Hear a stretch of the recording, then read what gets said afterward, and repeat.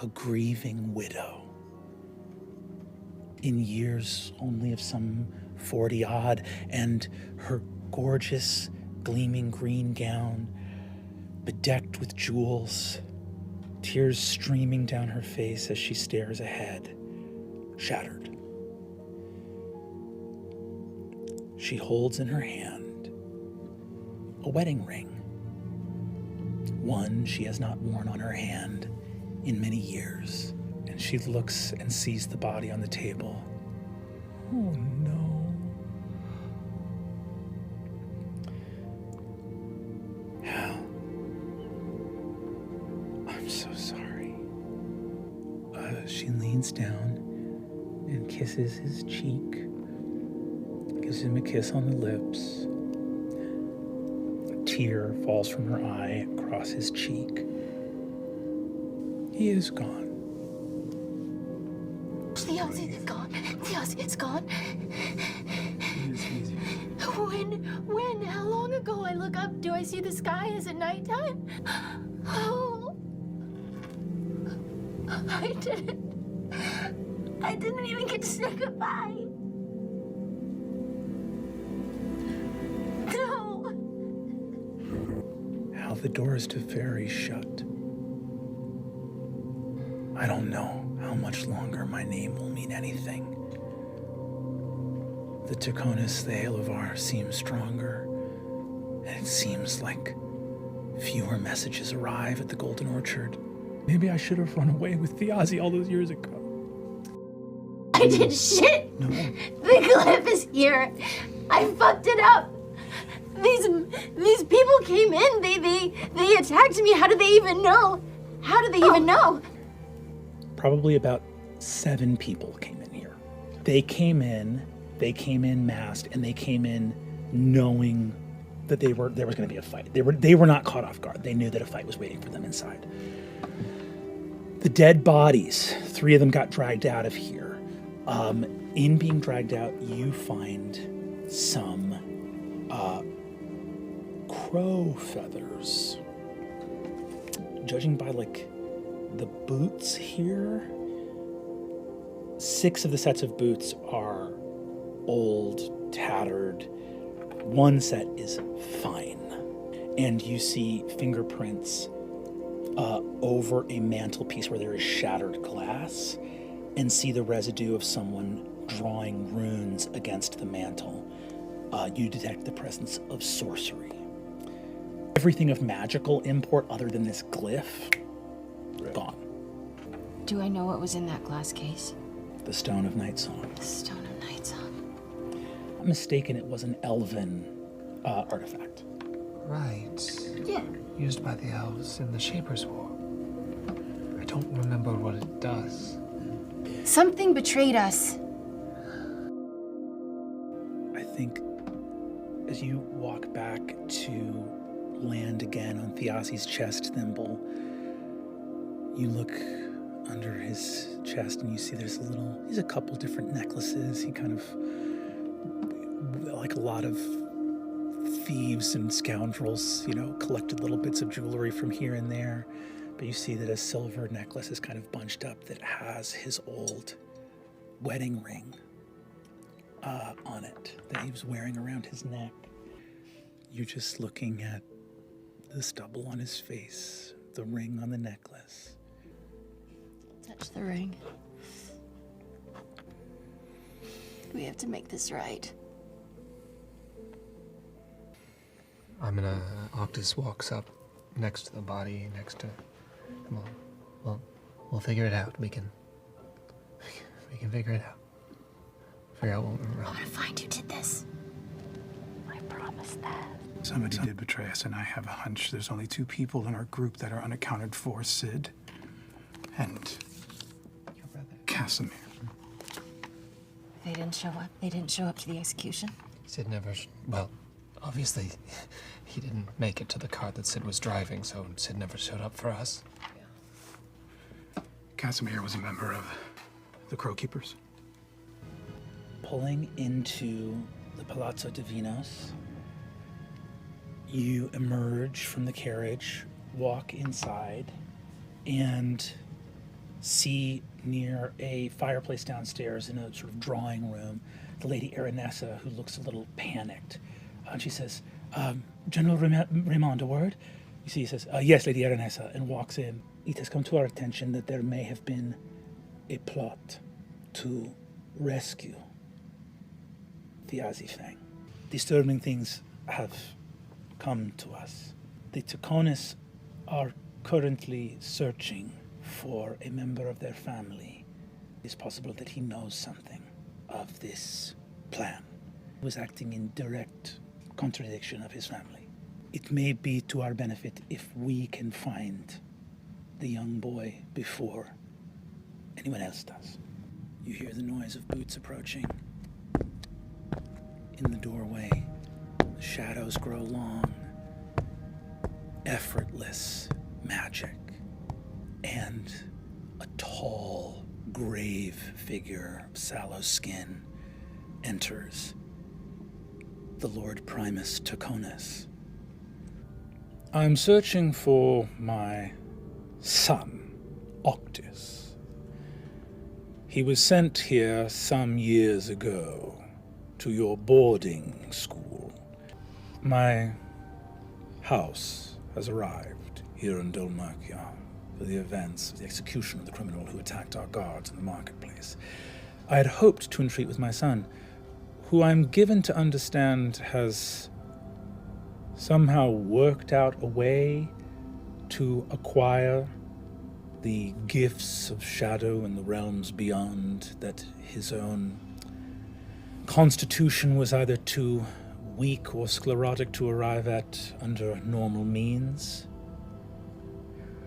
Occtis must be retrieved at once. I would like the resources of your institution to bring my son to me. We are at Obramus Manor in the Tanners. I'm looking for Casimir. Casimir's gone. We found out that Kaz had been skimming off the top for a while. He got greedy. He didn't report back to Sol. So we tabulated his debt, told him he had a certain amount of time to get back to us to make everything right. He made it all right. Can I think back to the attack? Did any of the masked figures look as big as Casimir?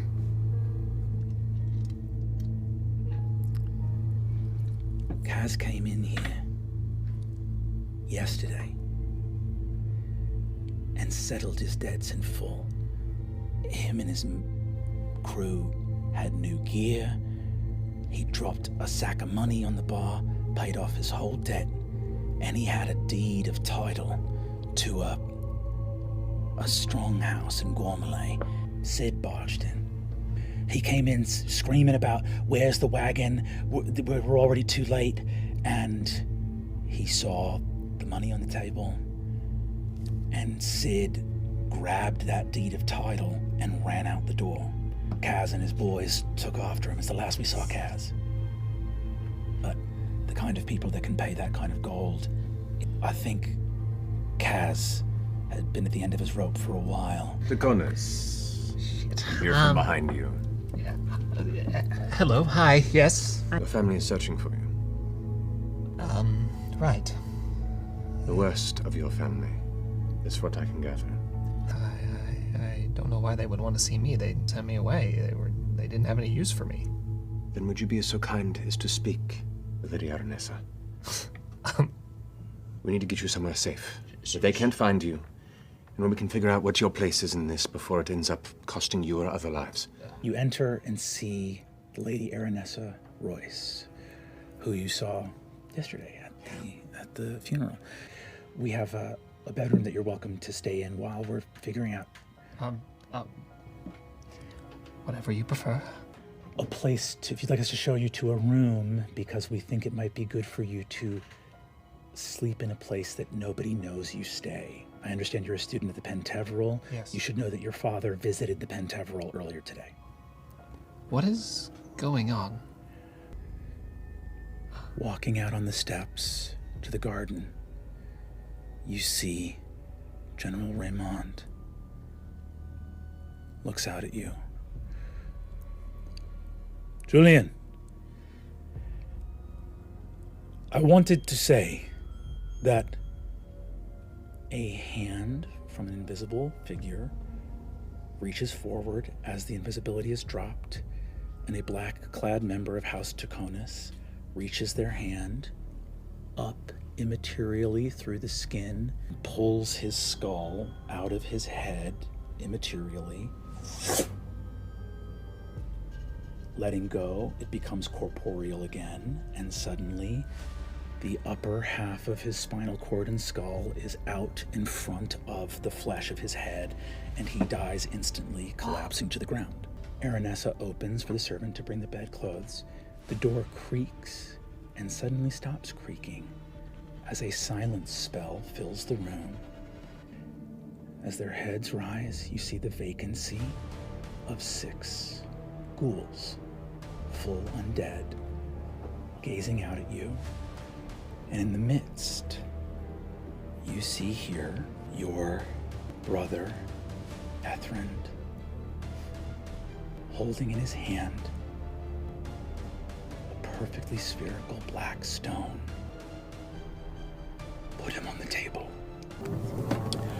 Pulls the skull of Raymond Divinos through his body, and he collapses to the ground, dead. Moves to the side, and as he does so, you see his body is maybe only 3/4 in this realm. You see that in his offhand, you see he is holding a black candle with a black wick in it. I bear your house no ill will. Ethrend goes, now! The one in the lead is going to look at Lady Aranessa, who opened the door, kicks her full force in the chest, knocking her a square back and prone on the ground. One of them grapples you, throws you onto the table, prone.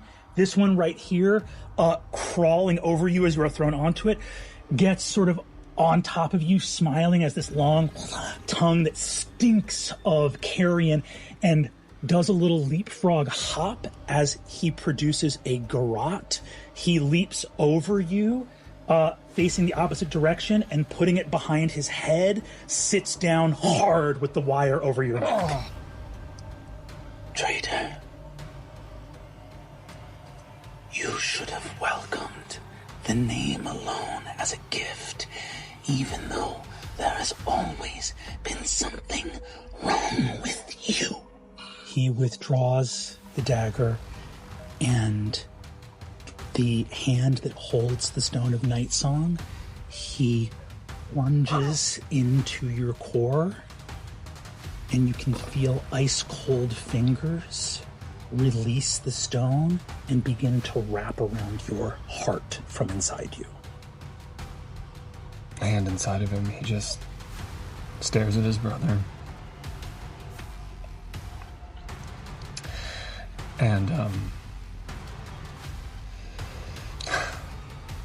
he just thinks that he's never gonna get to keep his promise and meet up with Thimble, like he said.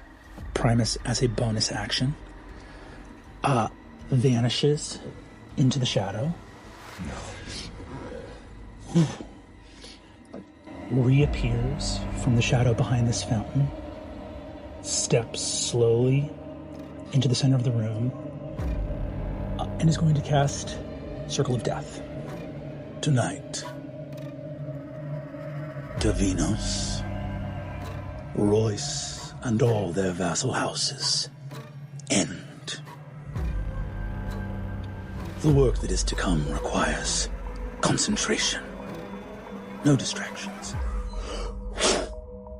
The room fills with spectral forces, a whirlwind of shrieking ghosts as that glass barrier fades and becomes permeable. Courtiers and diplomats, merchants and attendants fall as the underworld is made real in this moment. black wax dripping off his hand as the candle in his hand melts and burns him in the casting of this potent necromantic spell. Why your son? There is no use in having something if it is not loyal. The Lady Royce is now going to act. Kicks this ghoul off of her, begins to sprint down the hallway, and she calls out, "Guards! Bannermen! To our aid!" Shrieking at the top of her lungs. Lady Aranessa! Do enjoy the hospitality. I hear there's a lovely view from the balcony. Whatever death you worship, I will send you to an oblivion where you can't even find that. I've my resolve. Ethrend! Do you have it? You see Ethrend looks to see you charging, hears that bark and goes, Father, yes! He goes, bring it. I look forward to seeing you on the other side. The black ring glows, and as he vanishes, No! whatever grim work takes place within those halls is not yet so potent as to destroy Sir Julien Divinos, Valus of the Mornwood, or Taisha, who follows the Lady Aranessa Royce across the bridge. And you make your way to uncertain future. Is it true about the House of Royce? What do I know about what about the House of Royce? It was rumor. Wait, what was rumor? You've shown us such kindness, and I hate to give you news of heartbreak or sorrow. We met a fae, one greater than ourselves, passing on this way to the sea from down south. They told us that the House of Royce had fallen. When? Some nights ago. We asked how they knew, and they said that there had been a slaughter. I thought you should know. Taylor, that's everyone. I am so sorry, Thimble. We need to focus on finding Sid. For the time being, it's unconfirmed. Unconfirmed. Fly down to Casimir, and I'm gonna fly and land directly in front of his eyes. You would have had your back until the end of time. You shouldn't have betrayed us. I'm gonna take out my rapier and stick it in his eye. Thimble, did you come here to get your revenge? Maybe I'll get mine. Maybe I'll get mine for everything you and he did to me! You were a brother. Your greed is what brought you to this. And I'm gonna attack him with my rapier. Go. And then at the throat again. You've cut both sides of his throat. Sleek blood. A red streak runs down the breastplate of his brand new armor. What did you do to me? You talked me into this rebellion? You talked me into this life? Where was the glorious dawn? How long was I supposed to wait to hear a falcon's cry again? If you don't actually know that a better day is coming, it's wrong to tell people to wait. The third flight through and get the middle, connecting the two, and cut him straight across the front of the neck, and look at him in front of the one good eye and say, "Can you hear it now?" A grim banner, as his cloak unfurls, drapes over his head and soaks with his own life's blood, the first and final pennant of the Baron of Slope. I hold up my tiny sword. Fly in and are inside the cage. But like up against the back. Yeah. Great. Like I don't want to be within like easily pokey distance. Okay. He will stride forward. He's going to make one attack at the lock on the door.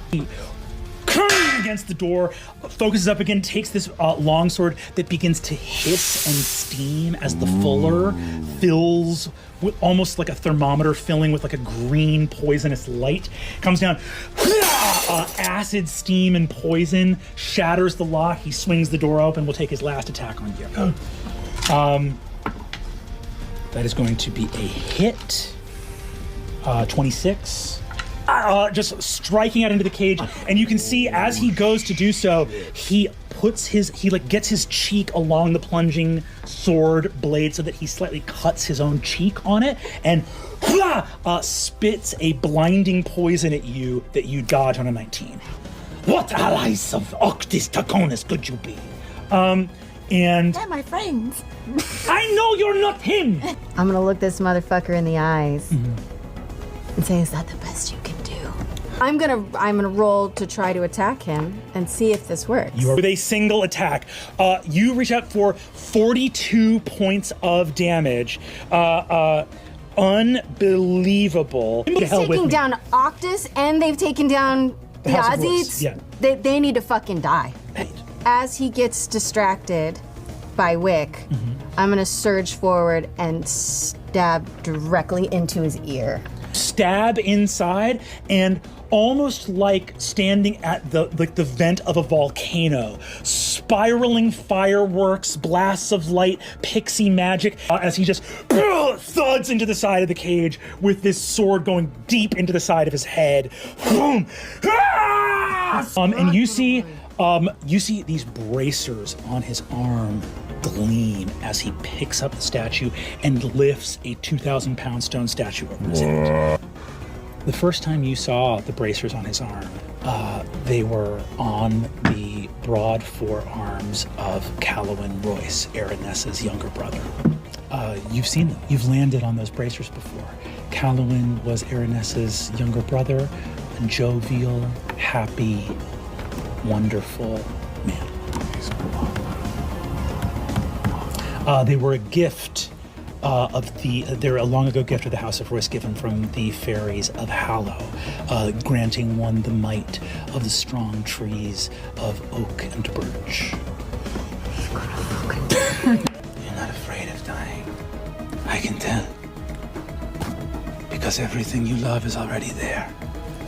So let's see what else we can take from you. I'm gonna fly up from behind him, and as he's facing off with Tayor, I'm gonna come up behind and slash the back of his knee. As he drops to one knee, I'm gonna take out his other ear. Sparks, and you see the green light dies in his serpent's eyes as the Knight of House Saramai collapses to the ground. Must have our strength. For you to rise, and for me to punish. Whatever it takes. They killed our family. I wouldn't be frightened to look for that golden boat if you were by my side, Julien. There is nowhere else I would consider being. To strength, and I suppose punishment. She closes her eyes. You see a shape across from you, staring into the dark. Everyone else has gone to bed. Yeah. In this moment, a number of medical facts become obvious to you. You no longer require food or water. You do not feel tiredness in the same sense as you once did, but you also no longer feel energy, drive, passion of that sort. Your body does not become restless, nor can it ever be restful. You are aware that you will not age, and it is very likely that the functions of your body, to drink wine with a friend, to perhaps one day carry on the Taconis line, if that was ever something that you dreamed of, family, old age, to lie on a deathbed and look up at those around you that gave reverence or admiration to the life you led, every indication is that that has passed from the realm of possibility. I'm not really tired, though. Sorry if I'm keeping you up. No, it's nice to have company. I just... You stopped sleeping. I guess I just haven't been tired. Or, I'm always tired. Are you okay? I don't know. Nearby, Julien, Taisha, and Aranessa slumber. You cannot. You don't know if you're okay, but at least there's somebody else here that cannot rest.